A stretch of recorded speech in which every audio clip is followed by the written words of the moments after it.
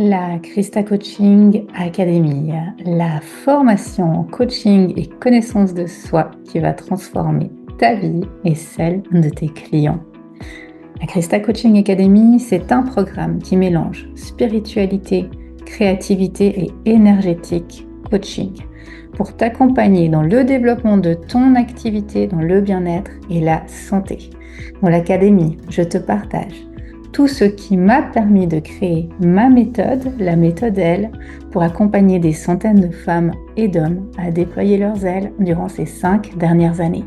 Une méthode puissante pour transformer ton projet professionnel en une entreprise qui soit vibrante, abondante et prospère.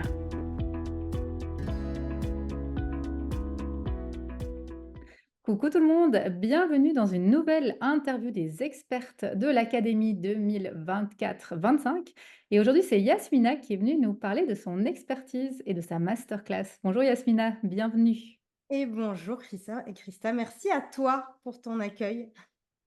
Alors toi, Yasmina, tu vas intervenir à la fin de l'académie en mai dans ce que moi j'appelle mon bonus chouchou, c'est le bonus entrepreneur.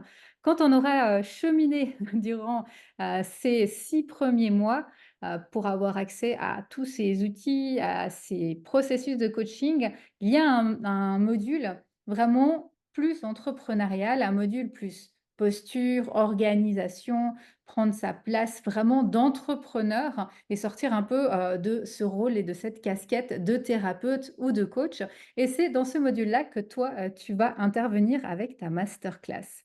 Alors peut-être avant, qu'on parle du sujet que tu as choisi, d'aborder avec les académiciens et les académiciennes, est-ce que tu serais d'accord de te présenter pour les personnes qui vont te rencontrer sur cette vidéo, pour la première fois? Oui, avec plaisir. Alors, je vais essayer de faire bref parce que sinon, j'ai tendance à vouloir dire tant de choses. En gros, aujourd'hui, je suis coach mindset. J'ai fondé la marque Boost ton potentiel qui a pour mission d'accompagner des entrepreneurs à développer un business qui soit aligné à leur raison d'être et à passer au stade supérieur de leur activité de façon fluide, efficace et surtout en respectant leur écologie personnelle et je vais avoir une approche holistique, une approche corps-esprit, parce que pour moi, c'est super important de ne pas résumer l'humain à un mental. On est quelque chose de bien plus complexe et global, donc je vais aborder tout l'aspect physique, spirituel, émotionnel en plus et je n'ai pas toujours été coach. J'ai d'abord été salariée pendant 10 ans, entre la grande distribution et la répartition pharmaceutique. Donc sur cette dernière expérience, j'avais accompagné déjà des entrepreneurs sous une autre forme, plus, en rapport avec la gestion d'entreprise et il y avait en même temps tout l'aspect négociation commerciale. Là, par contre, c'était vraiment sur, tout mon parcours, en tant qu'étudiante et sur mes 10 ans de salariat où, j'avais vraiment cet aspect, vente. Ouais et c'est vrai que autant, alors ton expertise en tant que professionnelle aujourd'hui par rapport à tout ce côté mindset, ce côté holistique, parce qu'effectivement l'académie, c'est aussi tout un chemin de coaching holistique, c'était intéressant et ça m'a aussi beaucoup plu quand on s'est rencontrés, cette casquette-là, d'ancienne entrepreneur, d'ancienne salariée avec les entrepreneurs, avec tout ce pôle, de l'argent, de la vente, qui sont aussi des sujets, de contraction quand on, débute, dans, l'entrepreneuriat et alors Exactement. toi, Yasmina, justement, qu'est-ce que tu vas proposer comme masterclass? Quel sujet tu as choisi d'aborder?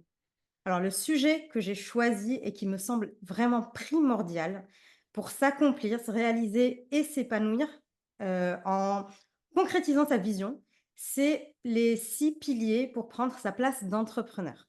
Mmh. Pourquoi est-ce que ce sujet me paraît important? Pour la simple raison où, quand on est dans un cœur de métier où on va être, dans l'accompagnement, dans l'aide, heu, on peut avoir tendance à oublier qu'on a un second métier qui est le métier de chef d'entreprise. Donc, je voyais 3 raisons principales pour lesquelles ce sujet peut vraiment apporter une réelle valeur ajoutée. Heu, La première chose, c'est que je considère l'entrepreneuriat comme un réel accélérateur de sa croissance personnelle et quand on est entrepreneur, on va se challenger constamment. Un défi va en amener un autre. On a besoin de prendre sa place, de se sentir légitime, de dépasser ses peurs, les obstacles qui se présentent sur notre chemin, de faire face aux différents défis et ça nous sort tout le temps de notre zone de confort et c'est vraiment un travail de développement personnel qui est décuplé. C'est impressionnant et je n'ai jamais connu ça moi-même, quand j'étais salariée et je vois moi aussi mon évolution depuis que je suis à mon compte et pour moi, la croissance d'une entreprise est forcément liée à la croissance de son dirigeant. Donc à partir du moment où on est prête à se remettre en question, pour, travailler son estime de soi, sa confiance en soi, faire face aux différentes peurs, obstacles, qu'on a face à nous, parce que ça peut amener des méthodes d'auto-sabotage. Je pense notamment à la procrastination, le fait de ne pas passer à l'action alors même qu'on sait ce qu'on a à faire pour atteindre ses objectifs. Bah, ça peut générer de la frustration, de la culpabilité, certains symptômes assez désagréables où on se retrouve justement dans cette ambivalence entre le côté: «Mais je suis un accompagnement, j'aide, mais en même temps, j'ai quand même une entreprise à développer, à faire vivre» et donc l'idée, c'est d'arriver à passer quand même à l'action, à se challenger et à délivrer nos services en boostant notre confiance en nous. Donc ça, c'était le 1er élément. Le deuxième qui me paraît, vraiment, important, c'est le fait que quand on est, un accompagnant, un coach, un formateur, un sophrologue, peu importe, on est là aussi pour, hem, réaliser, concrétiser une vision. Donc moi, quand j'accompagne des personnes, on va construire, on va développer un business qui va être autour de leur vision, de leur vie, qui va être au service, en fait, de leur épanouissement et de leur accomplissement.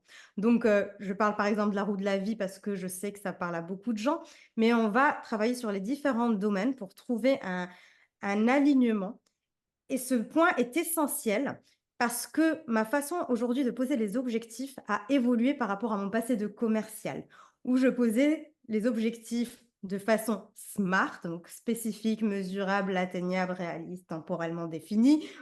Je redis au cas où ça ne parle pas à certaines personnes, mais je me dis: «Mais en fait, ça suffit pas». À un moment, il faut partir aussi de soi, en ayant une bonne connaissance de soi-même, de sa définition de la réussite on et non pas celle que la société nous fait croire que c'est ça le succès ou voilà et de partir donc de ces valeurs pour poser des objectifs en ayant totalement conscience de ce qu'ils impliquent.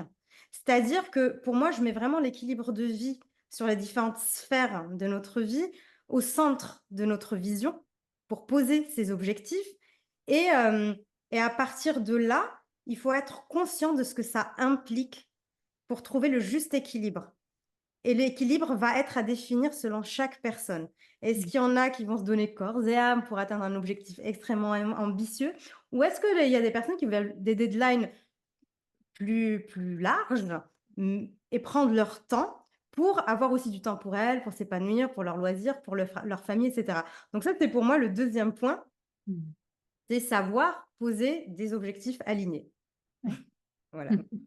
Le troisième point, et là je sais que c'est très challenging pour beaucoup d'accompagnants, ça vient toucher, bah, OK, on a des objectifs, mais maintenant pour les atteindre, il va falloir passer à l'action, il va falloir prospecter, vendre, parler de ses services, se montrer et cetera et heu et c'est là où ça peut être assez, difficile par rapport à la définition ou à l'image qu'on se fait de ce que c'est que prospecter, vendre. Et là, ça va être intéressant de revoir sa définition de la vente, voir qu'au final, on peut la dédiaboliser, qu'il y a différentes façons de vendre, il suffit de trouver la sienne et qu'il n'y a pas plus éthique au final et plus authentique que la vente parce que pour moi, il suffit de s'intéresser avec sincérité aux besoins de sa cible et lui apporter une vraie solution. Et en fait, pour moi, c'est juste ça et à partir du moment où on l'a intégré, ça peut être juste puissant. Donc il y a vraiment un travail à faire parce que derrière, il y a beaucoup de peurs qui se cachent, peur du rejet, peur de déranger et donc c'est vraiment quelque chose, où il faut aller se challenger, trouver sa façon de faire et arriver à être le leader, l'ambassadeur de son entreprise et incarner tout simplement le message, la mission pour laquelle on se bat. Mmh. Ouais, j'aime beaucoup, ce que tu nous as partagé ici, ces 3 points, centraux. Ça rejoint vraiment, tout le travail qui aura été fait, en amont. Déjà, cette connaissance de soi. Plus on se connaît, plus on connaît où on veut aller, comme tu l'as très justement dit, plus on connaît qu'est-ce qu'on veut donner comme définition au succès, à la réussite, à son bien-être? On cherche, cet équilibre qui peut être que Mmh, personnel, hein, et plus on va pouvoir être aligné à ce que l'on fait et comme mmh, tu le partages aussi, très, justement, la vente, c'est vraiment, je trouve encore plus pour un coach ou un thérapeute finalement, facile parce que finalement, c'est, de partager avec, le cœur un une solution à un problème que, nos, clients, nos patients ont et vraiment effectivement des fois on se dit: «Ah mais je suis thérapeute, je suis coach, je suis pas vendeur», mais mmh, finalement, les coachs, les thérapeutes ont déjà les clés en plus, que les vendeurs pour, exact. vraiment, aller vers, les personnes, proposer, leurs services, leur aide, leurs soins et cetera. Ouais. C'est vrai que c'est intéressant. Ça me fait penser à quelque chose que j'avais vécu par le passé où, un ancien hiérarchique m'avait dit: «Tu n'es pas commerciale, tu es commerçante». C'était un super beau compliment de sa part alors que j'occupais une place de commerciale, dans le sens où il y avait toujours du cœur, il y avait Mmh. toujours de l'éthique. Mmh. C'était pas vendre pour vendre, en fait. Donc au final, à partir du moment où on switch de mindset et qu'on incarne juste ce en quoi on croit, les choses peuvent devenir très Ouais, fluides et simples. Mmh. exact. Bah, merci, Yasmina pour déjà toutes ces belles clés. Moi, je me réjouis de te retrouver au mois de mai, pour en savoir plus, pour connaître, tes 6 piliers et vraiment pouvoir avoir cette, juste, place, cette juste posture en tant qu'entrepreneur, être bien, dans son entreprise et j'invite vraiment toutes les personnes qui, sont de l'autre côté de l'écran à aller te découvrir puisque tu auras tous tes liens sous cette vidéo et Super. également, si vous êtes intéressé à entrer dans l'académie, à aller voir ce qui est proposé dans l'académie, le programme. Vous avez la possibilité de faire un mois d'immersion offerte si vous voulez venir découvrir l'académie sans engagement au départ pour voir à quoi ça ressemble de l'intérieur.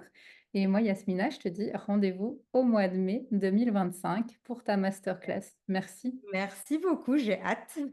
À très vite. à très vite, au revoir. Au revoir.